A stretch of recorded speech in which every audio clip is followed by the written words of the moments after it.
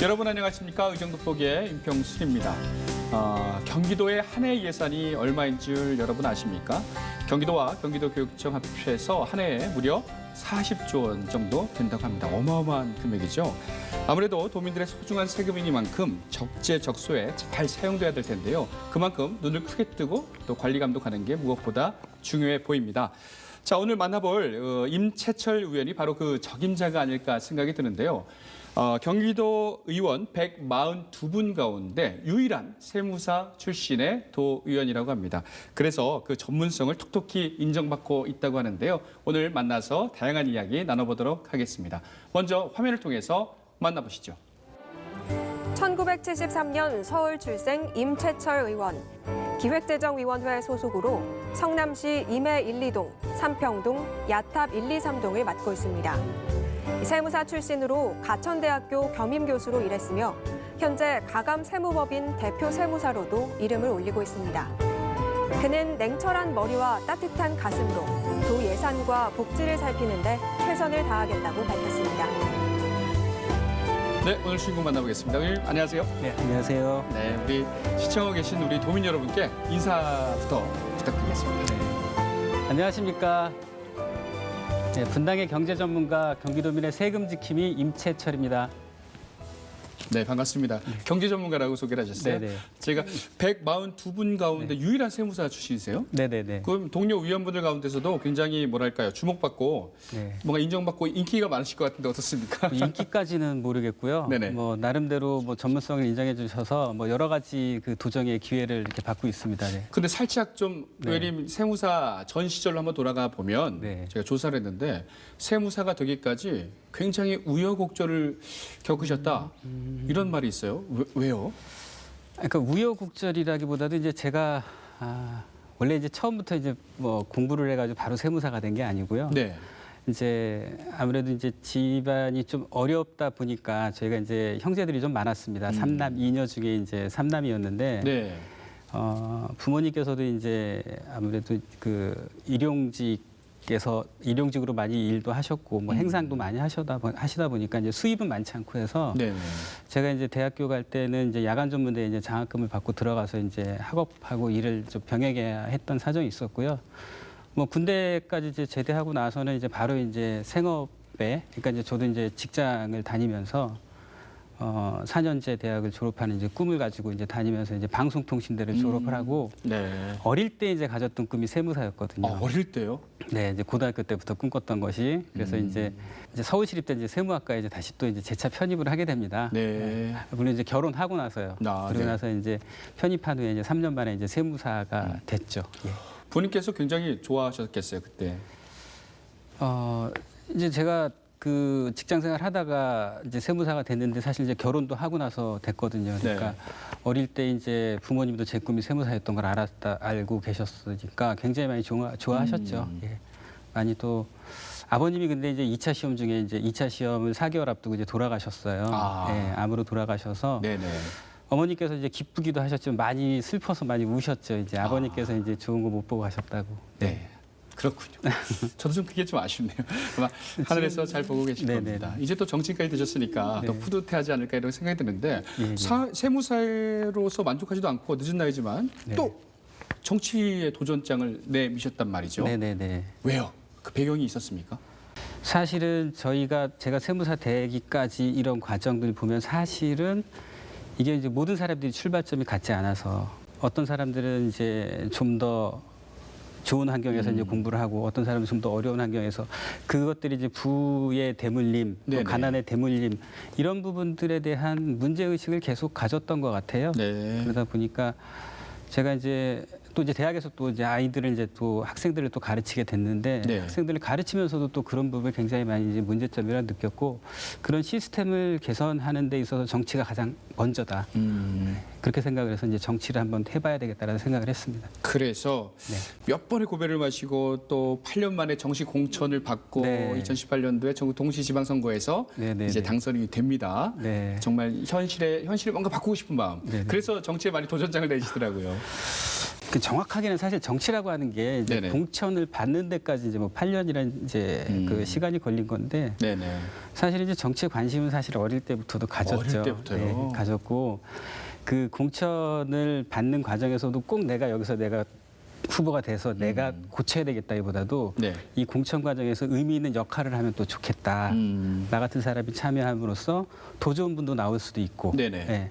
그래서 이제 그런 부분이라고 생각해서 뭐 꼭 8년 만에 됐다 뭐 이런 것보다도 그렇군요. 하여튼 다 과정이었다고 생각을 하고요. 예. 지금은 제가 이제 지금 초선이고 지금 처음 정치인으로서 이제 처음 하고 있다는 생각을 하고 있습니다. 그래서 그런지요 아주 값진 경험들이 이렇게 자산으로 쌓인 것만은 확실한 것 같아요. 네네. 자, 그래서 제10대 경기도의회에서는 기획재정위원회 소속으로 이렇게 활동을 전반기 때는 지금 하고 계십니다. 그야말로 찰떡궁합이 아닐 수가 없죠. 네. 세무사, 기획재정위원회, 또 예산도 보고 그런 부분인데 그래서 그런지 다른 위원분들이 잘 모르는 어떤 그런 부분들의 눈길이 많이 가겠어요. 네. 그래서 인정도 받으실 것 같고 뭐 다양한 활동을 하고 계실 텐데 좀 자세한 이야기 좀 한번 덧붙여주세요. 네.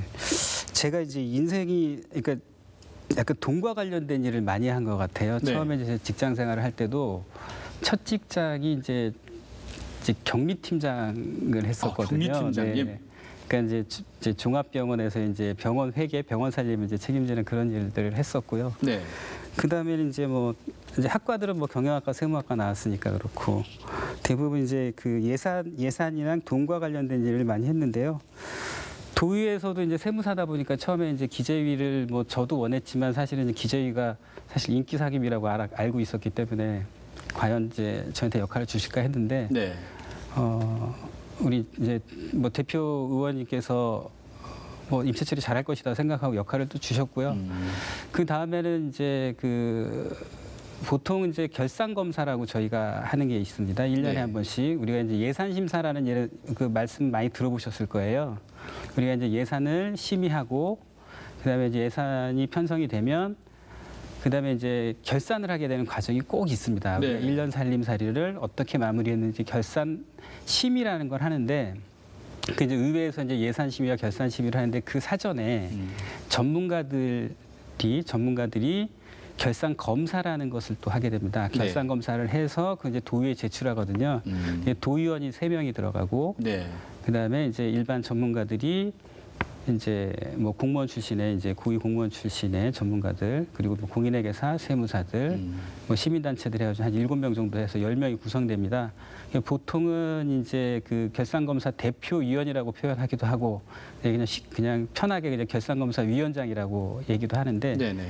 그런 위원장들을 그 통상 이제 재선이나 3선급에서 이제 위원장을 맡게 되는데 이제 저 같은 경우에는 이제 도의원의 이제 그 임기가 시작되고 나서 이제 6개월 만에 이제 한 8개월 정도 됐죠. 8개월 정도 만에 이제 선임이 됐는데 그때 이제 대표께서 약간 이제 임명은 이제 도의회 의장님이 합니다. 네. 결산검사 위원장으로 임명을 해주셔가지고 1년치 살림살이에 대한 꼼꼼한 검사를 네. 한 기억이 있습니다. 진짜 중책을 맡으셨네요. 근데 이제 너무 열심히 한다고 저기 공무원들이 많이 좀 힘들어하셨죠. 그렇죠. 예. 그 직장인 분들은 이해하실 거예요. 네. 원래 처음 직장이 격리팀장이셨잖아요. 네네네. 그 경비 처리하려고 이제 영수증만 하나 잘못 올려도 네네네. 바로 전화 오거든요. 이건 안 됩니다. 굉장히 꼼꼼한 위치에 서 계시니까. 그러니까 저는 이제 제 업이다 보니까 재밌게 했거든요. 예, 그러니까 예. 보통은 이제 의원님들은 좀 그 전체적인 방향만 좀 설정하고 예. 뭐 자료 같은 것들이나 이런 것들이 잘 내려오지 않을 때 이제 그런 부분에 좀 신경을 많이 쓰는 반면에 저는 그냥 위원장석에 앉아서 하루 종일 앉아서 계속 그 장부를 살피다 보니까 그러니까 전 나름대로 재밌게 하고 네네. 뭐 이렇게 하는 게 당연하다고 생각을 했는데 네네네. 이제 뭐 집행부 공무원들이나 또 너무 같은 힘드셨겠죠. 같은 이제 위원님들께서는 위원장이 너무 열심히 한다고 많이들 힘들어하셨죠. 우리 공무원분들한테 죄송한 말씀이지만 공무원분들이 고생하면 우리 도민분들께서 좀 편하시니까 어쨌든 제가 오프닝에서도 이야기했듯이 경기도교육청 예산이 40조 원이니까 네. 그 예산들을 정말 현미경처럼 잘 들여다보는 그런 정말 살림꾼이잖아요. 예, 격리팀장의 마인드로 계속해서 잘 열심히 해주길 바라겠습니다. 이제 그 조금 있으면 전반기가 마무리되고 이제 후반기가 이제 시작되는데 소상임위가 바뀌겠죠? 네, 바뀌죠. 예. 그러면 의원님께서는 네. 어떤 상임위에서 한번 활동을 하고 싶으세요? 후반기에는? 이제 경기도가 이제 우리가 크게 보면 이제 40조 예산이라고 하는데 그 중에 상당 부분은 이제 경기도 교육청 예산이거든요. 네. 그러니까 이제 저희가 결산 검사를 할 때도 그 도집행부에 대한 검사 따로, 그다음에 교육청 집행부에 대한 검사를 따로 합니다. 네. 그러니까 이제 그 도의원들은 한 사람씩 뽑지만 실제로 보면 예산 집행은 이제 도와 교육청이 각각의 예산을 가지고 이제 운영을 하기 때문에 전반기에는 이제 그러니까 경기도에 대한 기재위 일을 했다면 네. 이제 후반기에는 이제 도교육청에 대한 예산 쪽을 좀 살피고 싶어서 네네. 교육위원회를 좀 지망을 해보려고 합니다. 교육위원회 제1, 2가 이렇게 나눠져 있잖아요. 네, 이제 예산 관련해서 이제 1교육위원회가 되겠죠. 예, 알겠습니다. 네. 전반기에는 아마 그 경기도 공무원분들이 아마 골치가 아프셨다면 후반기에는 경기도 교육청 우리 공무원들이 굉장히 힘들지 않을까 꼼꼼하게. 네. 좋아하시는 분들도 많이 계십니다. 예, 뭐 농담을 한 얘기니까요. 그만큼 교육청 예산이 굉장히 많이 차지하군요. 교육 예산. 네, 그렇죠. 예, 예. 알겠습니다. 후반기도 한번 활약을 기대해 보도록 하겠습니다. 네, 네, 물샐 틈 없는 경기. 네, 네, 열심히 예산 하겠습니다. 심사. 네, 네. 알겠습니다. 경기도민 한 사람으로서 제가 왠지 뭐랄까요, 든든한데요? 네. 예산이 단데 안 나올 것 같아서. 뭐 그렇게 생각해 주시면 너무 예. 감사하죠. 네. 알겠습니다. 자, 이제 좀 큰 그림 그렸으니까 이제 좀 지역구로 주제를 한번 돌려보도록 하겠습니다. 예, 예. 성남이시죠? 네, 그렇습니다. 성남 굉장히 또 큰 도시고 네. 방대한데 지역의 정체성을 위해서 많은 일을 하고 계시다고 들었습니다. 우선 e스포츠 전용 경기장 네, 이야기를 네, 한번 네. 해볼게요. 예, 예. e스포츠 전용 경기장 사업 추진 배경 한번 설명 부탁드려도 될까요? 네, 그 e스포츠 전용 경기장이 그 판교 삼평동에 이제 새롭게 이제 생기게 되는데요. 저희가 작년에 이제 경기도에서 e스포츠 전용 경기장에 대한 이제 공모 사업이 있었습니다. 네. 이제 여러 시군구에서 이제 지원을 했는데 성남시가 이제 선정이 된 거죠. 네. 뭐 특히 이제 특별히 저한테는 이제 저희 지역구 안에 있기도 하기 때문에 굉장히 이제 저도 기쁘게 생각하고 있습니다. 네. 네. 이게 그러면 세워지면 어떻게 되는 거예요? 경기장에서 막 TV에서 보는 그 그렇죠. 온라인 예, 예, 게임 경기를 올림픽처럼 네. 막 하는 겁니까? 그렇죠. 이제 관중석도 있고요. 네. 네, 보조 경기장도 또 있고요. 네. 이게 언제쯤 완공이 될 것 같습니까? 2022년도 정도 이제 준공이 될 것 같습니다. 네. 그렇군요. 네, 네. 요즘 보면은 뭐 실내 체육관이나 빌려서 아니 네. 큰 다목적 홀을 빌려서 게임을 유치하곤 하는데 국제 대회거든요. 네, 그렇습니다. 그러면은 성남에 이런 전용 경기장이 생기면 세계 팬들이 성남으로 많이 오겠네요. 판교로. 그렇죠. 이제 우리나라 게임의 위상도 그만큼 높아지는 것이고요. 네. 어떻게 보면은 e스포츠가 우리나라가 종주국이거든요. 네네네. 한 20, 30년 전에 스타크래프트를 시작으로 그렇죠. 근데 예, 많은 예. 게임들이 탄생해서 지금 경기가 열리면은 우리나라 챔피언들이 굉장히 많이 계시더라고요. 보면 축구로 치면 뭐 독일이나 뭐 네네. 브라질이 늘 우승을 하는데 e스포츠만큼은 우리나라가 세계 챔피언이다 이런 자부심을 갖고 있는데 경기장이 완공되면은 정말 세계가 e스포츠가 우리나라를 더 집중해서 보겠네요. 그러니까 성남의 목적이 이제 성남의 지금 목표가 이제 아시아의 실리콘밸리거든요. 네네. 네. 아마 그 중에서 이제 중요한 이제 역할을 그러니까 한 포인트가 되겠죠. 네. 네. 이 예산이 이제 다 배정이 됐으니까 뭐 2022년, 3년 완공은 뭐 순조롭게 진행이 되겠네요. 네, 네, 그렇습니다. 알겠습니다. 자, 그런데요, 반면에 좀 답답한 이야기도 있어요. 네네. 답보 상태인 현안도 있는데 바로 판교 지역 공공임대주택 분양 전환가 산정 문제입니다. 네. 이 문제는 이 판교뿐만 아니라 그 LH죠. LH와의 네. 어떤 뭐 주민 간의 어떤 갈등이 있는데 전국에서도 많이 좀 지켜보고 있어요. 그렇죠. 예, 예. 잘 모르시는 분들 위해서 좀 쉽게 설명 좀 부탁드립니다. 우리가 이제 아마 5년 임대주택이라는 것은 많이들 들어보셨을 거예요. 그러니까 임대주택이라고 해서 이제 분양전환 임대주택이라고 하는 것이 네. 일정 기간 임대를 내고 살다가 나중에 이제 임대 기한이 종료되는 시점에 자기가 분양을 받을지 말지를 결정을 하게 되는 건데요. 문제는 이제 이 분양 가격의 산정 기준 때문에 이제 지금 이제 분쟁이 벌어지는 겁니다. 네네. 당초에 처음에 계약 당시하고 지금 분양 전환 당시의 가격 차이가 너무 많이 난다는 거죠. 기대한 것 이상으로 그러니까 판교 같은 경우에는 한때는 3배 가까이의 분양가가 올랐거든요. 네. 예를 들면 이제 2억대의 이제 10년 전에 2억대 아파트가 8억이 넘어가는 경우도 있었고 하다 보니까 그런 이제 그 아파트의 규모도 크지 않습니다. 59제곱미터 정도니까 우리가 전용 면적 18평 정도 아파트가 판교에 8억대가 된다 그러면 예. 일반인들이 분양을 받을 수가 없는 거죠. 그쵸. 네. 그래서 그 서민들한테는 굉장히 이제 생계가 달린 막막한 문제이기 때문에 저는 굉장히 걱정이 많습니다. 네. 산정 기준을 그러면은 어떻게 해야 될까요? LH에서는 그 주변의 인근의 어떤 네. 집값 정도는 분양을 내고 싶고 네. 서민들은 너무 올랐으니까 분양을 못 받는 거잖아요. 그렇죠. 그래서 예, 예. 지금 현재 상태는 어때요? 주민들께서 승인 처분 취소 소송 중입니까? 지금 현재? 네네, 소송을 지금 제기해서 네네. 일단 가처분이 인용된 상태입니다. 네. 그러면은 양측의 이해 조율을 위해서 어떤 일을 하는 게 중요한데 네네. 어떻게 해야 될까요, 의원님? 이게 이제 그 LH만의 문제뿐만이 아니라 네.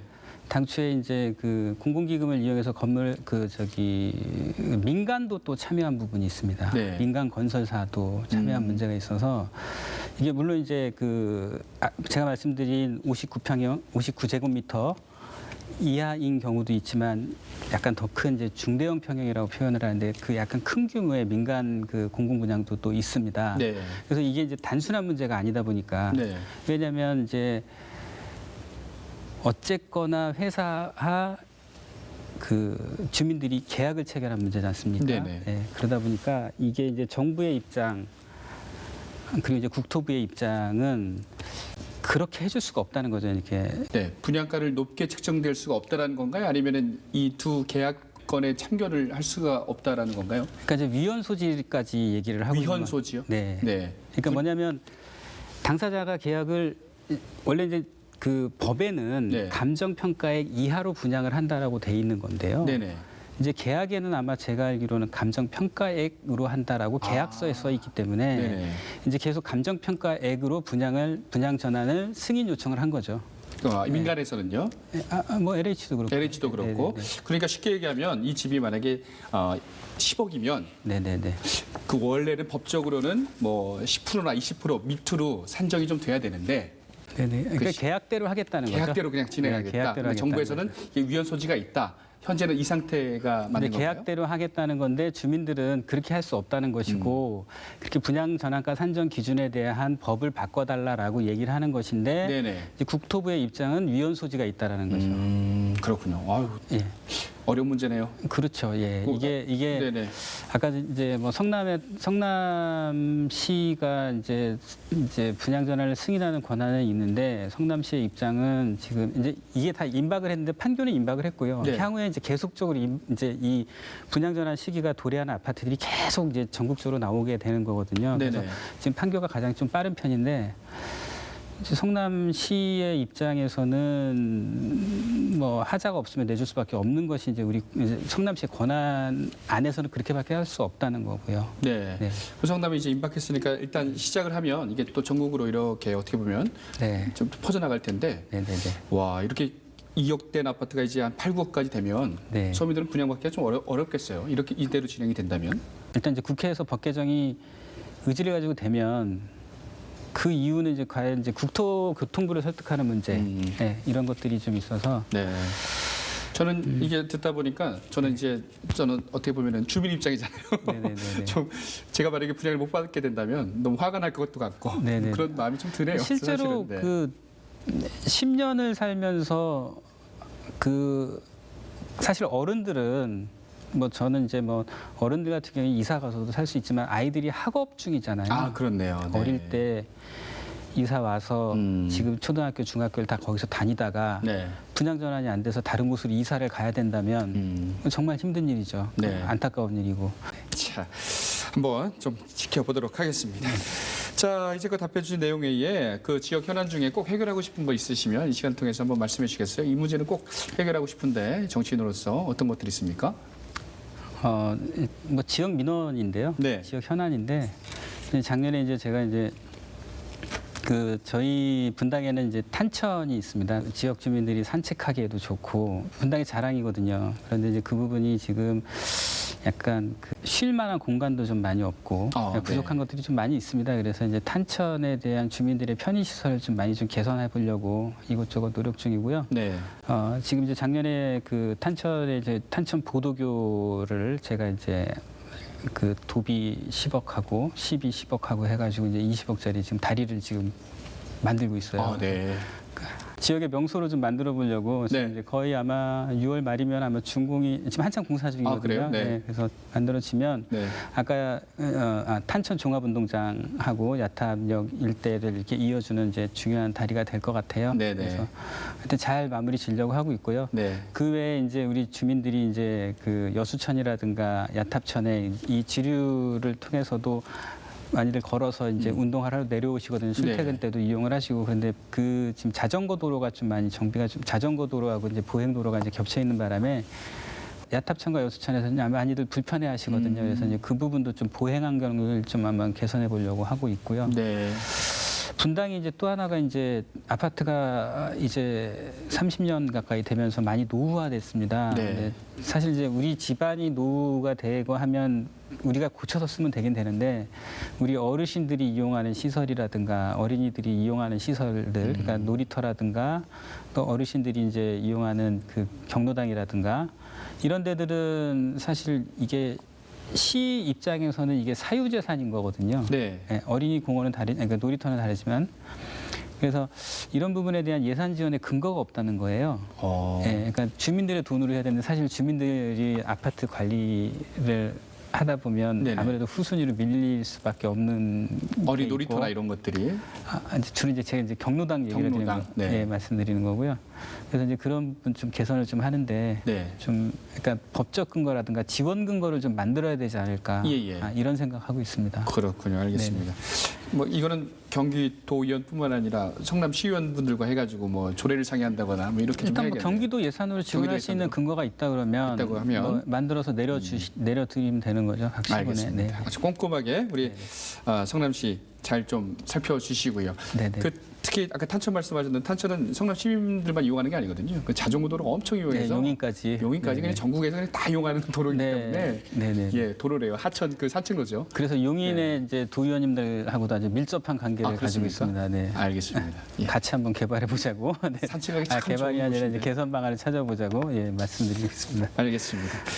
자, 어쨌든 세무사가 되기까지 경기도 의원이 되기까지 굉장히 또 열심히 노력하셨으니까 지금 고민하고 계신 모든 문제들 다 잘 해결되리라 생각이 듭니다. 벌써 이야기 나누는 시간이 좀 길어졌어요. 이제 마지막 인사인데 네네. 못다한 이야기가 있고 또 있으면 마지막 인사와 함께 부탁드리겠습니다. 네네네. 네. 코로나19 때문에 많이 힘든 시기입니다. 정부와 의료진의 노력 덕분에 지금 맞는 확산세는 많이 잡혀가고 있는데요. 그래도 여전히 우리가 긴장을 늦추면 안 된다고 생각합니다. 우리 각자의 자리에서 우리가 방역 활동이라든가 이런 부분에 충분히 협조하고 노력한다면 우리가 다 충분히 이겨낼 수 있으리라고 생각을 하고요. 저도 경기도와 경기도의회에서 최선을 다해서 이 국난을 극복하기 위해서 열심히 노력하겠습니다. 앞으로도 많은 관심을 가져주시기 바랍니다. 고맙습니다. 우리 국민들께서도 코로나19 극복에 굉장히 노력하셨지만 특히 경기도의 활약이 컸습니다. 경기도 의회 의원분들도 노력이 컸는데 제가 대신해서 감사하다는 인사를 드리고요. 앞으로도 좀 극복을 위해서 더 노력해 주시길 바랍니다. 네. 자, 오늘 142분 중에 유일한 세무사 출신의 경기도 의원 임채철 의원과 이야기 나눠봤습니다. 오늘 말씀 고맙습니다. 자, 이달 9일부터 24일까지요. 경기도의회 제344회 본회의가 열립니다. 각 위원회의 활동과 도정질문 등 자세한 내용을 도의회 홈페이지를 통해서 볼 수가 있으니까요. 우리가 살고 있는 경기도의 오늘 그리고 내일이 궁금하다면 우리 이번 본회의 보면서 여러분께서도 직접 확인해 보시면 어떨까요? 많은 관심 부탁드리겠습니다. 자, 의정 돋보기 오늘은 여기까지입니다. 시청해주신 여러분 고맙습니다.